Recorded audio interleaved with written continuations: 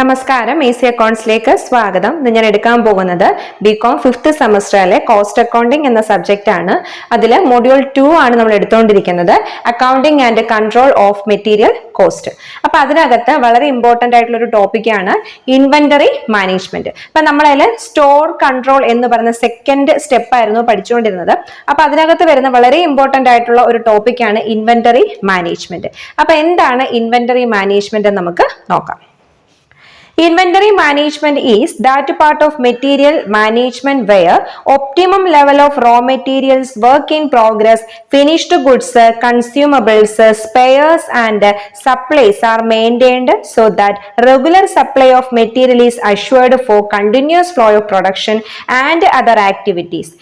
ഇപ്പൊ എന്താണ് ഇവിടെ ഇൻവെന്ററി മാനേജ്മെന്റ് ഉദ്ദേശിക്കുന്നത്? ഇതെന്ന് പറയുന്നത് നമ്മുടെ മെറ്റീരിയൽ മാനേജ്മെന്റ് ഒരു ഭാഗമാണ്. നമ്മൾ മെറ്റീരിയലിനെ മാനേജ് ചെയ്യുന്നതുമായി ബന്ധപ്പെട്ട ഒരു ഭാഗമാണ്. അതായത് ഇവിടെ എന്താ ചെയ്യുന്നത്? Where optimum level of raw materials, working progress, finished goods, consumables, spares and supplies are maintained. അതായത് നമ്മൾ ഈ പറയുന്ന റോ മെറ്റീരിയൽസ് ആയിക്കോട്ടെ, ഫിനിഷ്ഡ് ഗുഡ്സ് ആയിക്കോട്ടെ, ഇതെല്ലാം നമ്മൾ എന്താണ് ഒപ്റ്റിമൽ ലെവൽ നമ്മൾ മെയിൻറ്റെയിൻ ചെയ്യുക. അതായത് ഇപ്പൊ ഒരു എക്സാമ്പിൾ പറഞ്ഞാൽ, നമ്മൾ പ്രൊഡക്ഷന് വേണ്ടുന്ന അല്ലെങ്കിൽ ഈ പ്രൊഡക്ഷൻ നടക്കണമെന്നുണ്ടെങ്കിൽ റോ മെറ്റീരിയൽസ് വേണം അല്ലെ. അപ്പൊ ഇവിടെ റോ മെറ്റീരിയൽസ് നമ്മൾ ആ ഒരു തീരുന്നതിന് മുൻപ് തന്നെ നമ്മൾ അടുത്ത് എന്ത് ചെയ്യണം? ഓർഡർ ചെയ്യണം. ഇല്ലെങ്കിൽ അവിടെ എന്ത് സംഭവിക്കും? പ്രൊഡക്ഷൻ ഡിലേ സംഭവിക്കും. അതായത് തീരുന്നതിന് മുൻപേ നമ്മൾ എന്ത് ചെയ്യണം? അടുത്തത് എത്തിക്കുക. ഓക്കെ, അപ്പം ഈ റോ മെറ്റീരിയൽസുകൾ നമ്മൾ കൂടുതൽ എത്തിച്ചാൽ മാത്രമേ നമ്മുടെ പ്രൊഡക്ഷൻ ആയാലും മറ്റു ആക്ടിവിറ്റീസ് ആയാലും ഒക്കെ നമുക്ക് എന്ത് ചെയ്യാൻ പറ്റും? ഡിലേ ഇല്ലാതെ നടത്താൻ പറ്റുള്ളൂ. അപ്പൊ അതാണ് ഇവിടെ പറഞ്ഞിരിക്കുന്നത്. മെറ്റീരിയൽ മാനേജ്മെന്റ് ഭാഗമാണിത്. അതായത് optimal level of raw materials, working progress, finished goods, consumables, spares and suppliers are maintained so that ഇതെല്ലാം എന്ത് ചെയ്യുക? മെയിൻറ്റെയിൻ ചെയ്യുക. അതുകൊണ്ട് തന്നെ നമുക്ക് എന്ത് ചെയ്യാൻ പറ്റും? Regular supply of material is assured for continuous flow of production and other activities. അപ്പം ഇത്തരത്തിൽ നമ്മൾ മെയിൻറ്റെയിൻ ചെയ്താൽ മാത്രമേ നമുക്ക് റെഗുലർ ആയിട്ട് എന്ത് നടക്കാൻ പറ്റൂ? പ്രൊഡക്ഷൻ നമുക്ക് ഉറപ്പുവരുത്താനായിട്ട് പറ്റൂ അല്ലെ. ആ ഒരു ഫ്ലോ ഓഫ് പ്രൊഡക്ഷൻ നമുക്ക് അതുപോലെ മുന്നോട്ട് കൊണ്ടുപോകാൻ പറ്റൂ. അതുപോലെ തന്നെ ഫിനിഷ്ഡ് ഗുഡ്സിന്റെ കാര്യം ആയിക്കോട്ടെ, നമ്മൾ ഫിനിഷ്ഡ് ഗുഡ്സ് നമ്മൾ പ്രൊഡ്യൂസ് ചെയ്ത് വെച്ചിട്ട് ഇതെല്ലാം വിറ്റ് പോയിട്ടേ അടുത്ത പ്രൊഡ്യൂസ് ചെയ്യൂ എന്ന് പറഞ്ഞു കഴിഞ്ഞാൽ നമുക്കൊരു ബൾക്കായിട്ട് ഒരു ഓർഡർ ഒക്കെ വന്നു കഴിഞ്ഞാൽ എന്ത് സംഭവിക്കും? അവിടെ ഈ പറഞ്ഞ കണക്ക് നമുക്ക് ചിലപ്പോൾ ആ ഓർഡർ നഷ്ടപ്പെടാം. നേരെ മറിച്ച് നമ്മൾ ഫിനിഷ്ഡ് ഗുഡ്സ് നമ്മൾ ഓരോ പ്രോഡക്റ്റും പ്രൊഡ്യൂസ് ചെയ്ത് കഴിഞ്ഞിട്ട് അതിന്റെ ഒരു ലെവൽ എത്തുമ്പോൾ തന്നെ അടുത്ത് എന്ത് ചെയ്യാം? നമ്മൾ പ്രൊഡ്യൂസ് ചെയ്ത് വീണ്ടും വെക്കുക. എന്നാൽ ഓവറായി സ്റ്റോക്ക് ആവാനും പാടില്ല, എന്നാൽ സ്റ്റോക്ക് കുറയാനും പാടില്ല. റോ മെറ്റീരിയൽ അതുപോലെ തന്നെ ഓവറായിട്ട് സ്റ്റോക്ക് ചെയ്ത് വെക്കാനും പാടില്ല, എന്നാൽ എന്താണ് ഒട്ടും ഇല്ലാതാവാനും പാടില്ല. ഇതിന്റെ ഇടയ്ക്ക് വെച്ച് നമ്മൾ ഇതൊക്കെ മെയിൻറ്റെയിൻ ചെയ്ത് പോകണം. ഇത് എന്താണ്? ഒരു കൺട്രോൾ, ഒരു മെറ്റീരിയൽ മാനേജ്മെന്റ് ഒരു ഭാഗം തന്നെയാണ്. അപ്പൊ അതാണ് ഇവിടെ പറയുന്നത് ഇൻവെന്ററി മാനേജ്മെന്റ്. അപ്പൊ നമുക്ക് എന്താണ് ഈ ഇൻവെന്ററി മാനേജ്മെന്റ് എഫക്റ്റീവ് ആവണം എന്നുണ്ടെങ്കിൽ കുറച്ച് ടെക്നിക്സ് ഉണ്ട്. അതിൽ ഏറ്റവും ഇമ്പോർട്ടന്റ് ആയിട്ടുള്ള ടെക്നിക്സ് ആണ് എന്ത്? Economic order quantity. അപ്പൊ നമ്മുടെ ഇൻവെന്ററി മാനേജ്മെന്റ് ഭാഗമാണ് എന്തെന്ന് പറയുന്നത്? നമ്മുടെ ഈ പറയുന്ന മെറ്റീരിയൽസുകളെല്ലാം തന്നെ ഒപ്റ്റിമം നമ്മൾ മെയിൻറ്റെയിൻ ചെയ്ത് വെക്കുക എന്നുള്ളത്. അപ്പൊ നമ്മൾ ഈ എക്കണോമിക് ഓർഡർ ക്വാണ്ടിറ്റി പഠിക്കുമ്പോൾ ആദ്യം നമ്മൾ മനസ്സിലാക്കേണ്ടത് ഇതിനകത്ത് രണ്ട് കോസ്റ്റുകളാണ് വരുന്നത്. എന്തൊക്കെയാണ്? ഓർഡറിംഗ് കോസ്റ്റും അതുപോലെ തന്നെ ക്യാരിയിങ് കോസ്റ്റും. അപ്പൊ നമ്മൾ ആദ്യം മനസ്സിലാക്കേണ്ടത് എന്താണ് ഓർഡറിംഗ് കോസ്റ്റ് എന്നാണ്. പേരിൽ തന്നെ ഉണ്ട്, നമ്മൾ ഓർഡർ ചെയ്യുമ്പോൾ നമുക്കുണ്ടാവുന്ന കോസ്റ്റ്, അതാണ് എന്ത്? Ordering cost. അപ്പൊ എന്താണ് ടെക്സ്റ്റിൽ പറഞ്ഞിരിക്കുന്നത് നോക്കാം. Ordering cost are those costs incurred each time an order for the purchase of material is placed and are expressed as rupees cost per order. ഇവിടെ എന്താ പറഞ്ഞിരിക്കുന്നത്? നമ്മൾ ഓരോ തവണയും നമ്മൾ മെറ്റീരിയൽസ് ഓർഡർ ചെയ്യുമ്പോൾ നമുക്കുണ്ടാവുന്ന കോസ്റ്റ്, അതാണ് എന്തെന്ന് പറയുന്നത്? Ordering cost. നമ്മളിപ്പോ സാധനം ഓർഡർ ചെയ്യുന്ന സമയത്ത് നമുക്കുണ്ടാവുന്ന കോസ്റ്റ് ആണ് അല്ലെ. അപ്പൊ എത്ര തവണ നമ്മൾ ഓർഡർ ചെയ്യുന്നു അത്രയും നമുക്ക് കോസ്റ്റ് എന്ത് ചെയ്യും? കൂടും. അപ്പൊ നോക്കിയേ, it includes all the cost for getting an item to the firm's inventory. അപ്പൊ ഇവിടെ ഓർഡറിംഗ് കോസ്റ്റ് എന്ന് പറയുമ്പോൾ നമുക്ക് ആ ഒരു റോ മെറ്റീരിയൽസ് നമുക്ക് ഓർഡർ ചെയ്തത് വരുമ്പോൾ ഉണ്ടാകുന്ന എല്ലാ കോസ്റ്റും എന്താണ്? ഓർഡറിംഗ് കോസ്റ്റ് ആണ്. അപ്പൊ അത് നമ്മൾ ഓർഡർ ചെയ്തത് വരുന്നത് വരെ ഉണ്ടാകുന്ന കോസ്റ്റുകളെല്ലാം നമ്മൾ എന്തായിട്ട് കണക്കാക്കും? ഓർഡറിംഗ് കോസ്റ്റ് ആയിട്ടാണ് കണക്കാക്കുന്നത്. If more quantities of materials are ordered at one time, it reduces the ordering cost per unit. ഇനി നമ്മൾ പല തവണ ഓർഡർ ചെയ്യുമ്പോൾ നമ്മുടെ ഓർഡറിംഗ് കോസ്റ്റ് കൂടും അല്ലെ. അപ്പൊ അതിനും ഭേദം നമ്മൾ എന്ത് ചെയ്യും? ഒരു ബൾക്ക് ക്വാണ്ടിറ്റി ഒറ്റ തവണ നമുക്ക് എത്രയാണോ വേണ്ടുന്നത് അതിനേക്കാളും കൂടുതൽ നമ്മൾ എന്ത് ചെയ്യും? എന്തായാലും വേണമല്ലോ എന്ന് കരുതി നമ്മൾ കുറച്ച് ബൾക്ക് ക്വാണ്ടിറ്റി നമ്മൾ ഒറ്റ തവണ ഓർഡർ ചെയ്യും. അപ്പൊ നമ്മളെ സംബന്ധിച്ച് ഓർഡറിംഗ് കോസ്റ്റ് കുറയും. അതേപോലെ if the quantity of materials are ordered is less, ഇനി നമ്മൾ ആവശ്യത്തിന് മാത്രം ഓർഡർ ചെയ്താൽ മതി എന്ന് കരുതി നമ്മൾ എന്ത് ചെയ്യും, വേണ്ടുന്ന അപ്പോഴപ്പോഴും ഓർഡർ ചെയ്ത് പോകുമ്പോൾ നമ്മുടെ ഓർഡറിന്റെ എണ്ണം കൂടും അല്ലെ. അപ്പം എന്ത് കൂടും, ഓർഡറിംഗ് കോസ്റ്റും കൂടും. അതാണ് ഇവിടെ പറഞ്ഞിരിക്കുന്നത്. അപ്പൊ എക്സാമ്പിൾ ഞാൻ പറയാം. ഇപ്പൊ നോക്കിയേ, എനിക്കിപ്പോ മൊത്തം വേണ്ടുന്നത് 10,000 കിലോഗ്രാം ആണെന്ന് ഇരിക്കട്ടെ. ഓക്കെ, അപ്പൊ ഞാൻ ഈ 10,000 കിലോഗ്രാം എന്ന് പറയുന്നത്, അപ്പൊ ഈ ഒരു വർഷം എനിക്ക് വേണ്ടുന്നത് 10,000 കിലോഗ്രാം റോ മെറ്റീരിയൽസ് ആണെന്ന് ഇരിക്കട്ടെ. ഞാൻ ഈ 10,000 കിലോഗ്രാം ഒറ്റ തവണ അങ്ങ് ഓർഡർ ചെയ്യാന്നിരിക്കട്ടെ. അപ്പം അത്രയും ബൾക്കായിട്ട് എടുക്കുവാണെങ്കിൽ എന്നെ സംബന്ധിച്ച് എന്റെ ഓർഡറിംഗ് കോസ്റ്റ്, ഫോർ എക്സാമ്പിൾ എനിക്ക് ഇതെല്ലാം കൂടെ ഓർഡർ ചെയ്തൊക്കെ വരുന്നതിനൊരു 2,000 രൂപയാകും. ഓക്കെ, അപ്പം ഒറ്റ തവണ ഞാൻ ഈ ബൾക്കായിട്ട്, അതായത് എനിക്ക് എത്രയാണോ വേണ്ടുന്നത് അത് അത്രയും കൂടെ ഞാൻ ഒറ്റ തവണ ഓർഡർ ചെയ്തു. ഫസ്റ്റ് ഓർഡർ ഒറ്റ ഒരു ഓർഡറെ ഞാൻ കൊടുത്തുള്ളെങ്കിൽ എനിക്ക് എത്രയായുള്ളൂ, 2,000 രൂപയായുള്ളൂ. എന്നാൽ എനിക്ക് വേണ്ടുന്നത് 10,000 ആണ്. അപ്പൊ ഞാൻ വിചാരിക്കുകയാണ് ഈ 10,000 കൂടെ ഒന്നിച്ച് വാങ്ങി വെച്ച് കഴിഞ്ഞാൽ ചിലപ്പോൾ എന്ത് ചെയ്യാം, ഇത് എക്സ്പയറി ഒക്കെ ആയി പോയാൽ അല്ലെങ്കിൽ ഇതിനകത്ത് എന്തെങ്കിലും കേടുപാട് വന്നാലോ എന്ന് കരുതി ഞാൻ ഓരോ 500 ആയിട്ട് മാത്രം, ഓക്കെ, 500 കിലോ ഓരോ മാസം 500 കിലോ വെച്ചോ, അല്ലെങ്കിൽ അങ്ങനെ എനിക്ക് എപ്പോഴേക്കാണ് ആവശ്യം അപ്പൊ 500 കിലോ വെച്ച് വാങ്ങിക്കാം എന്ന് പറയുമ്പോൾ ഇവിടെ ഓർഡറിന്റെ എണ്ണം എന്ത് ചെയ്തു, കൂടി. അപ്പോൾ ഓരോ തവണ ഓർഡർ ചെയ്യുമ്പോഴും നമ്മളെ സംബന്ധിച്ച് അവർക്ക് എന്താണ്, പൈസ കൂടാതെ അവർക്ക് വണ്ടിക്കൂലി ഇങ്ങ് കൊണ്ടെത്തിക്കുന്നത്, അതുമായി ബന്ധപ്പെട്ടുള്ള എല്ലാ എക്സ്പെൻസസും ഉണ്ടാവും. അപ്പൊ എന്ത് കൂടും, ഓർഡറിംഗ് കോസ്റ്റ് കൂടും. അപ്പൊ എന്താ മനസ്സിലാക്കേണ്ടത്, നമ്മളുടെ ഓർഡറിന്റെ എണ്ണം കൂടിയാൽ നമ്മുടെ ഓർഡറിംഗ് കോസ്റ്റ് കൂടും. ഓക്കെ, അപ്പൊ നമ്മളെ സംബന്ധിച്ച് ഇവിടെ നമ്മൾ ശ്രദ്ധിക്കേണ്ട കാര്യം എന്താണ്, ഒറ്റത്തവണ ഓർഡർ ചെയ്താലും പ്രശ്നമാണ് അല്ലെ. കാരണം എന്താണ്, നമ്മൾ ഒറ്റത്തവണ ഓർഡർ ചെയ്ത് നമ്മുടെ കോസ്റ്റ് കുറയുമെങ്കിലും നമ്മൾ ഈ ഒരു വർഷത്തേക്ക് ഈ സാധനം എടുത്ത് വെക്കുക എന്ന് പറയുമ്പോൾ അത് റോ മെറ്റീരിയൽസ് ചീത്തയായി പോകാനുള്ള, അല്ലെങ്കിൽ ഈ പറഞ്ഞ പോലെ ചിലപ്പം ഈ എന്താണ് ഈ റോ മെറ്റീരിയൽസ് മാറി ചിലപ്പോൾ ഒരു വർഷത്തെ ഗ്യാപ്പ് ഉണ്ടല്ലോ, അപ്പൊ അതിനിടയ്ക്ക് എന്തെങ്കിലുമൊക്കെ ട്രെൻഡിനൊക്കെ മാറ്റം വരികയൊക്കെ ചെയ്യും. അപ്പൊ അങ്ങനെ എടുത്ത് വെക്കുന്നതും റിസ്ക് ആണ്.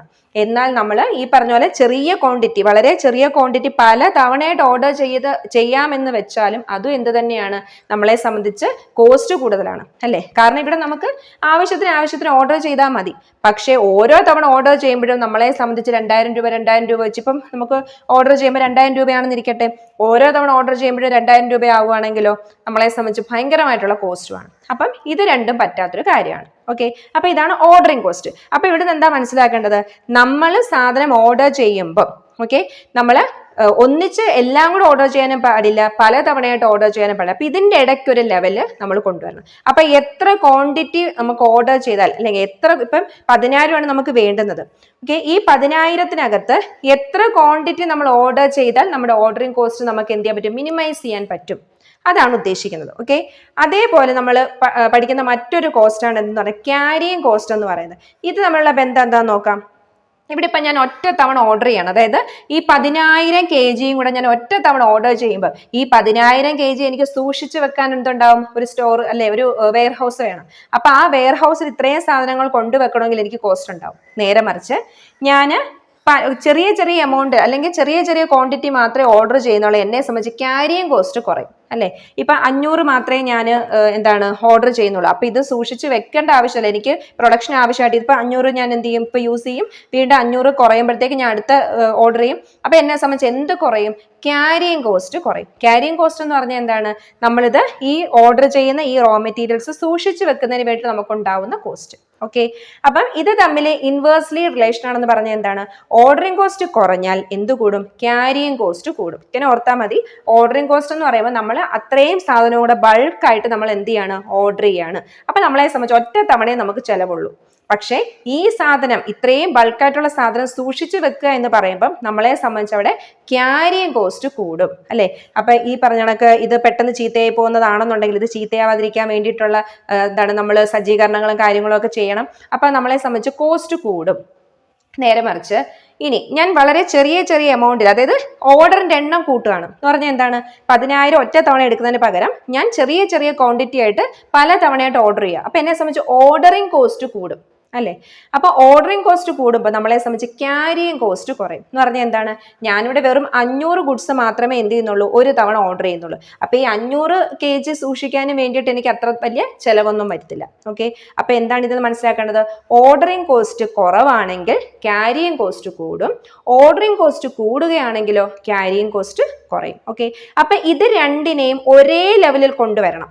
ഓക്കെ, അപ്പം എത്ര സാധനം പർച്ചേസ് ചെയ്യുമ്പോഴാണ് ഓർഡറിങ് കോസ്റ്റും ക്യാരിയിങ് കോസ്റ്റും നമുക്ക് വാങ്ങിക്കാൻ പറ്റുന്നത്.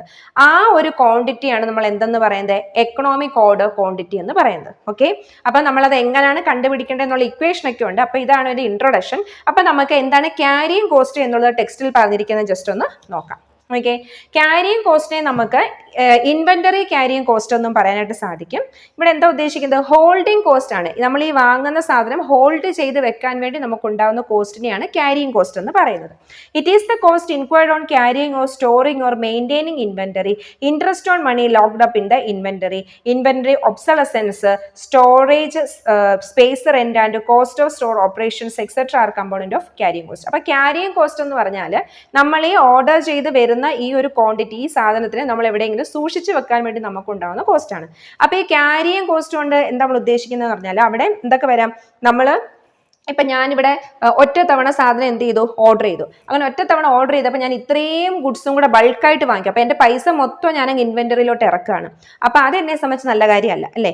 ഞാൻ പൈസ മൊത്തം ഇപ്പൊ എനിക്ക് വേറെ ആവശ്യങ്ങൾക്കെല്ലാം ഉപയോഗിക്കേണ്ട പൈസയൊക്കെ ഞാൻ എടുത്ത് ഇത്രയും ബൾക്കായിട്ട് അങ്ങ് സാധനം വാങ്ങിച്ച് വെച്ച് കഴിഞ്ഞാൽ അതും എന്നെ സംബന്ധിച്ച് അത്ര നല്ല കാര്യമല്ല. അതുപോലെ തന്നെ മറ്റൊരു കാര്യമാണ് ഇൻവെന്ററി ഒബ്സലസൻസ്. നമ്മളിപ്പോൾ ഈ ബൾക്കായിട്ട് വാങ്ങിച്ച് വെച്ചാൽ ഒരു വർഷത്തേക്കുള്ള റോ മെറ്റീരിയൽസ് ബൾക്കായിട്ട് ഇങ്ങനെ വാങ്ങിച്ചു വെച്ചു. കുറച്ച് നാൾ അങ്ങോട്ട് കഴിയുമ്പോഴത്തേക്ക് ഈ റോ മെറ്റീരിയൽസ് എന്തായി മാറി, ഇത് ഒബ്സലസൻസിന്റെ കാലപ്പഴക്കം ആവുകയോ അല്ലെങ്കിൽ പുതിയ ട്രെൻഡ് ഒക്കെ വന്നു കഴിഞ്ഞാൽ നമുക്ക് ഈ ഇത്രയും റോ മെറ്റീരിയൽസ് എടുത്ത് കളയേണ്ടതായിട്ട് വരും. അപ്പൊ അത് നമ്മളെ സംബന്ധിച്ച് നല്ലൊരു കാര്യമല്ല. അതുപോലെ തന്നെ പറഞ്ഞാൽ സ്റ്റോറേജ് സ്പേസ് റെന്റ് അല്ലെ, നമുക്ക് തോന്നെ സാധനം ഉണ്ടെങ്കിൽ അത്രയും സാധനം വെക്കാൻ വേണ്ടിയിട്ടുള്ള റെന്റ് അത്ര കൂടും. അപ്പൊ അത് നമ്മളെ സംബന്ധിച്ച് ഇതൊക്കെ എന്താണ് ക്യാരിയിങ് കോസ്റ്റ് കൂട്ടുന്ന ചില ഫാക്ടേഴ്സ് ആണ്. അപ്പം ചുരുക്കി പറഞ്ഞാൽ നമ്മൾ നേരത്തെ പറഞ്ഞ കാര്യം തന്നെയാണ്, ഇത് രണ്ടും എന്താവണം, ഒരേ ലെവലിൽ ഒരു കോസ്റ്റ് കൂടിയും ഒരു കോസ്റ്റ് കുറയുകയും ചെയ്താലും നമുക്ക് കുഴപ്പമാണ് അല്ലെ, കാരണം പൈസ അത്രയും പോകും. ഇത് രണ്ടിനെയും ഒരേ ലെവലിൽ കൊണ്ടുവരണം, മിനിമൈസ് ചെയ്ത്, അതായത് ഓർഡറിങ് കോസ്റ്റും ക്യാരിയിങ് കോസ്റ്റും കുറയ്ക്കുന്ന അല്ലെങ്കിൽ കുറച്ചുകൊണ്ട്, അതായത് എത്ര ക്വാണ്ടിറ്റി നമുക്ക് വാങ്ങിക്കാൻ പറ്റും ആ ഒരു ക്വാണ്ടിറ്റിയാണ് നമ്മൾ എന്തെന്ന് പറയുന്നത്, എക്കണോമിക് ഓർഡർ ക്വാണ്ടിറ്റി. അപ്പൊ നമുക്കിനി എന്താണ് എക്കണോമിക് ഓർഡർ ക്വാണ്ടിറ്റി എന്നുള്ളത് നമുക്കൊരു ഗ്രാഫിലൂടെ മനസ്സിലാക്കാം. അപ്പൊ നമ്മുടെ എക്കണോമിക് ഓർഡർ ക്വാണ്ടിറ്റിയെ നമ്മളൊരു ഗ്രാഫിക്കൽ റെപ്രസെന്റേഷനിലൂടെ പറഞ്ഞ് മനസ്സിലാക്കാം. നോക്കിയേ, അപ്പൊ ഇവിടെ എന്തൊക്കെയാണ് ഈ കാണുന്നതാണ് എന്തെന്ന് പറഞ്ഞാൽ ക്യാരിയിങ് കോസ്റ്റ്. ക്യാരിയിങ് കോസ്റ്റ് എന്ന് പറഞ്ഞാൽ എന്താണ്, നമ്മൾ ഈ ഗുഡ്സ് സൂക്ഷിച്ചു വെക്കുന്നതിന് വേണ്ടി നമുക്കുണ്ടാവുന്ന കോസ്റ്റ്. ഈ കാണുന്ന ഈ ഒരു കർവ്ഡ് ലൈൻ ആണ് എന്തെന്ന് പറയുന്നത്, ഓർഡറിങ് കോസ്റ്റ് എന്ന് പറഞ്ഞാൽ എന്താണ്, നമ്മൾ ഗുഡ്സ് അല്ലെങ്കിൽ റോ മെറ്റീരിയൽസ് ഓർഡർ ചെയ്യുമ്പോൾ നമുക്കുണ്ടാവുന്ന കോസ്റ്റ്. അത് രണ്ടും നോക്കിയേ. അപ്പൊ ഇത് ബാക്കി അവിടെ ഇരിക്കട്ടെ. നമ്മളിപ്പോൾ ആദ്യം ക്യാരിയിങ് കോസ്റ്റും ഓർഡറിങ് കോസ്റ്റും നോക്കാം. ഇവിടെ ഓർഡറിങ് കോസ്റ്റ് ഈ ഒരു ലെവൽ, ഇത് കോസ്റ്റ് ആണ്. ഓക്കെ, ഇതെന്താണ്, നമ്പർ ഓഫ് യൂണിറ്റ് ഓർഡർ. നമ്മൾ ഓരോ യൂണിറ്റും ഇവിടെ എല്ലാം എന്താണ്, നമ്മൾ ഓർഡർ ചെയ്യുന്ന യൂണിറ്റിന്റെ എണ്ണമാണ്. ഓക്കെ, ഇതെന്താണ്, കോസ്റ്റ് ആണ്, നമ്മുടെ ചെലവാണ്. ഇവിടെ ഇങ്ങനെ നമ്മുടെ ഓരോരോ കോസ്റ്റ് ഇങ്ങനെ അടയാളപ്പെടുത്തുക. നോക്കിയേ, ഇവിടെ കോസ്റ്റ് കൂടുതൽ എപ്പോഴാണ്, ഓർഡർ കൂടുമ്പോൾ അല്ലേ, അതായത് നമ്പർ ഓഫ് ഓർഡർ കൂടുമ്പോൾ എന്ന് പറഞ്ഞാൽ എന്താണ്, ഞാൻ പറഞ്ഞു നമ്മുടെ റോ മെറ്റീരിയൽസിന്റെ ക്വാണ്ടിറ്റി കുറച്ചുകൊണ്ട് നമ്മൾ പല തവണയായിട്ട് എന്ത് ചെയ്യാണ്, ഓർഡർ ചെയ്യുവാണെങ്കിൽ നമുക്ക് എന്ത് കുറവായിരിക്കും, താണ്ടോ ക്യാരിയിങ് കോസ്റ്റ് കുറവായിരിക്കും. ഇവിടെ ഇപ്പം എന്താണ്, ഇവിടെ ഓർഡറിങ് കോസ്റ്റ് കൂടി നിൽക്കുകയാണ് അല്ലേ. ഓർഡറിങ് കോസ്റ്റ് കൂടി നിൽക്കുമ്പം ക്യാരിയിങ് കോസ്റ്റ് കുറവാണ്. കാരണം നമ്മൾ ചെറിയ ക്വാണ്ടിറ്റി അല്ലേ ഓർഡർ ചെയ്യുന്നത്. അപ്പം നമുക്കത് സൂക്ഷിച്ചു വെക്കാനും വേണ്ടി എന്തുണ്ടാവത്തില്ല, ചിലവുണ്ടാവില്ല. അപ്പം ഇവിടെ ഇങ്ങോട്ട് വരും തോറും എന്താണ്, ഓർഡറിന്റെ എണ്ണം കുറയാണ്. അപ്പോൾ ഓർഡറിന്റെ എണ്ണം കുറയുമ്പോൾ എന്ത് കുറയും, ഓർഡറിങ് കോസ്റ്റ് താണ്ടെ കുറഞ്ഞു വരുമ്പോൾ എന്ത് കൂടും, നമ്മുടെ ക്യാരിയിങ് കോസ്റ്റ് താണ്ടെ കൂടി വരും. ഓക്കെ, എന്ന് വെച്ചാൽ എന്താണ്, നമ്മളിവിടെ ഒരുപാട് ഓർഡർ ചെയ്യുമ്പോൾ എന്ന് പറഞ്ഞാൽ എന്താണ്, ക്വാണ്ടിറ്റി കുറച്ച് ഓർഡറിന്റെ എണ്ണം കൂടുമ്പോൾ നമുക്ക് എന്ത് കുറവായിരിക്കും, ക്യാരിയിങ് കോസ്റ്റ് കുറവാണ്. എന്നാൽ ഇങ്ങോട്ട് എത്തി വരുമ്പോഴത്തേക്ക് താണ്ടോ ഇവിടെ എത്തുമ്പോഴത്തേക്ക് എന്ത് സംഭവിച്ചത്, രണ്ട് ഇന്റർസെക്ട് ചെയ്യും എന്ന് പറഞ്ഞാൽ എന്താണ്, രണ്ടോട് കൂട്ടിമുട്ടുന്ന പോയിന്റ് ആണ്. എന്ന് പറഞ്ഞാൽ എന്താണ്, ഈ ഒരു ലെവലിൽ എത്തുമ്പം ഇപ്പൊ എത്രയാണ്, ഇവിടെ ഒരു കോസ്റ്റ് ഉണ്ടാവുമല്ലോ, എത്രയോ കോസ്റ്റിൽ വരുമ്പോൾ നമുക്ക് എന്ത് ചെയ്യാൻ പറ്റും, ഇവിടെ എന്താണ്, യൂണിറ്റ് ആണ് അല്ലേ, എത്രയോ യൂണിറ്റ് നമ്മൾ വാങ്ങുന്ന സമയത്ത് ഓർഡറിങ് കോസ്റ്റും ക്യാരിയിങ് കോസ്റ്റും തുല്യമായിരിക്കും. എന്ന് വെച്ചാൽ ഓർഡറിങ് കോസ്റ്റ് കൂടത്തുമില്ല, ക്യാരിയിങ് കോസ്റ്റും എന്ത് ചെയ്യത്തില്ല, കൂടത്തില്ല. ആ ഒരു ലെവലാണ് ഇവിടെ വരുന്നത്. അപ്പൊ ഈ ലെവലില് താഴോട്ട് നോക്കുമ്പോൾ ഇവിടെ എത്ര യൂണിറ്റ് ആണോ കാണിക്കുന്നത് ആ യൂണിറ്റ് വാങ്ങുവാണെങ്കിൽ നമുക്ക് ഓർഡറിങ് കോസ്റ്റും ക്യാരിയിങ് കോസ്റ്റും എന്തായിരിക്കും, കുറച്ച് നമുക്ക് എന്ത് ചെയ്യാൻ പറ്റും, സാധനം വാങ്ങാൻ പറ്റും. മനസ്സിലായോ? അപ്പൊ ഇങ്ങനെയാണ് നമ്മൾ എത്ര യൂണിറ്റിലാണ് ഈ ഓർഡറിങ് കോസ്റ്റും ക്യാരിയിങ് കോസ്റ്റും എന്താവുന്നത്, മിനിമം ആവും നമുക്ക് മനസ്സിലാക്കാൻ പറ്റും. ഓക്കെ, അപ്പൊ ഈ ലെവലിലോട്ടൊക്കെ എത്തുവാണെങ്കിൽ ഓർഡറിങ് കോസ്റ്റ് കുറയും, പക്ഷെ എന്ത് കൂടും? ക്യാരിയിങ് കോസ്റ്റ് കൂടും. അതപ്പം നമ്മൾ മനസ്സിലാക്കേണ്ടതാണ്ടേ, ഈ ഓർഡറിങ് കോസ്റ്റും ക്യാരിയിങ് കോസ്റ്റും ഇതാണ്ടേ, ഇത് രണ്ടും കൂട്ടുമ്പം എന്ത് കൂടുതലായിരിക്കും? ടോട്ടൽ കോസ്റ്റ് കൂടുതലായിരിക്കും. എന്നാൽ ഇതാണ്ട് ഇങ്ങോട്ട് വരുമ്പോഴത്തേക്കുണ്ടോ, ഇവിടെ വരുമ്പോൾ എന്തായി? ടോട്ടൽ കോസ്റ്റ് മിനിമം ആയി. ഓക്കെ, കാരണം ഇത് രണ്ടും എന്താണ്? ആ ഒരു ഇന്റർസെക്ട് ചെയ്യുന്ന പോയിന്റിൽ എത്തുമ്പോൾ ഇത് രണ്ടും കുറവാണ്. എന്നാൽ ഇങ്ങോട്ട് വരുമ്പോൾ വീണ്ടും എന്ത് ചെയ്യും? ഇത് കൂടുതലാവുന്ന അവസ്ഥയാണ്. കാരണം ഓർഡറിങ് കോസ്റ്റ് കുറഞ്ഞാലും എന്ത് കൂടുകയാണ്? ക്യാരിയിങ് കോസ്റ്റ് കൂടുകയാണ്. അപ്പോഴും നമ്മുടെ ടോട്ടൽ കോസ്റ്റ് എന്ത് ചെയ്യും? കൂടി തന്നെ നിൽക്കും.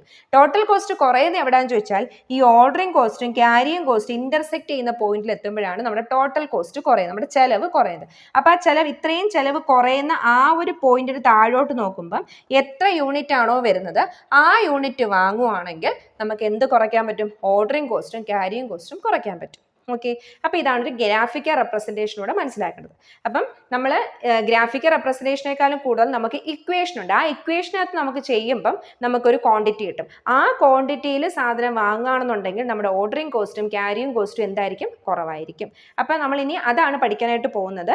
അതായത് ഇതിപ്പോൾ ജസ്റ്റ് എന്താണെന്നൊന്ന് മനസ്സിലാക്കാൻ വേണ്ടി മാത്രമാണ് ഗ്രാഫ് വരച്ചത്. നിങ്ങൾ ഇത്രയും മനസ്സിലാക്കിയാൽ മതി.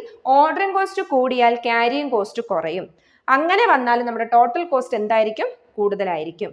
ഇനി ക്യാരിയിങ് കോസ്റ്റ് കൂടും എപ്പോഴാണ്? ഓർഡറിങ് കോസ്റ്റ് കുറയുമ്പോൾ. അപ്പോഴും നമ്മുടെ ടോട്ടൽ കോസ്റ്റ് എന്ത് തന്നെ ആയിരിക്കും? കൂടുതൽ തന്നെ ആയിരിക്കും. എന്നാൽ ഇത് രണ്ടും കുറയുന്ന ഒരു പോയിന്റ് ഉണ്ട്.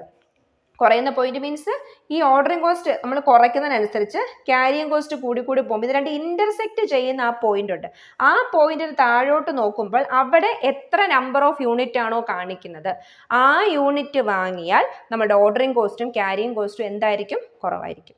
ഇതിനെ നമ്മൾ ഒരു ഇക്വേഷനിലൂടെ ചെയ്യുമ്പോൾ നമുക്ക് കറക്റ്റ് ആയിട്ടുള്ള ക്വാണ്ടിറ്റി, എത്ര ക്വാണ്ടിറ്റി വാങ്ങുമ്പോഴാണ് നമ്മുടെ ഓർഡറിങ് കോസ്റ്റും ക്യാരിയിങ് കോസ്റ്റും കുറയുന്നത് എന്ന് നമുക്ക് മനസ്സിലാക്കാൻ പറ്റും. അതാണ് നമ്മൾ ഇനി അടുത്തതായിട്ട് പഠിക്കാൻ പോകുന്നത്. അപ്പം ചുരുക്കി പറഞ്ഞാൽ ഇത് ഈ ഒരു ഇൻവെന്ററി കൺട്രോളിനകത്ത് വളരെ ഇമ്പോർട്ടൻ്റ് ആയിട്ടൊരു ടെക്നിക്കാണ്. നമുക്ക് എത്ര ക്വാണ്ടിറ്റി വാങ്ങണം എന്ന് മനസ്സിലാക്കാൻ വേണ്ടിയിട്ട് ഇനിയിൽ ഫോളോ ചെയ്യുന്ന ടെക്നിക്കാണ്. അപ്പം ഇത്രയും കാര്യങ്ങളാണ് ഇന്നത്തെ ഒരു വീഡിയോയിൽ പറയാനായിട്ട് ഉദ്ദേശിച്ചത്. കൂടുതൽ ഡീറ്റെയിൽ ആയിട്ട് അറിയണമെങ്കിൽ നമുക്ക് ഇതും ഈ പറയുന്ന പോയിന്റ്സുകളല്ല ചോദിക്കുന്നത്, നമുക്ക് കൂടുതലും ചോദിക്കുന്നത് എന്താണ് EOQ എന്ന് ചോദിക്കും. പിന്നെ കൂടുതലും പ്രോബ്ലം ആണ്, ഈ ഒരു എക്കണോമിക് ഓർഡർ ക്വാണ്ടിറ്റിയുടെ പ്രോബ്ലം ആണ് കൂടുതലും ചോദിച്ച് കണ്ടിട്ടുള്ളത്. അപ്പം നമുക്ക് പ്രോബ്ലം ആയിട്ട് മറ്റൊരു വീഡിയോയിലൂടെ കാണാം.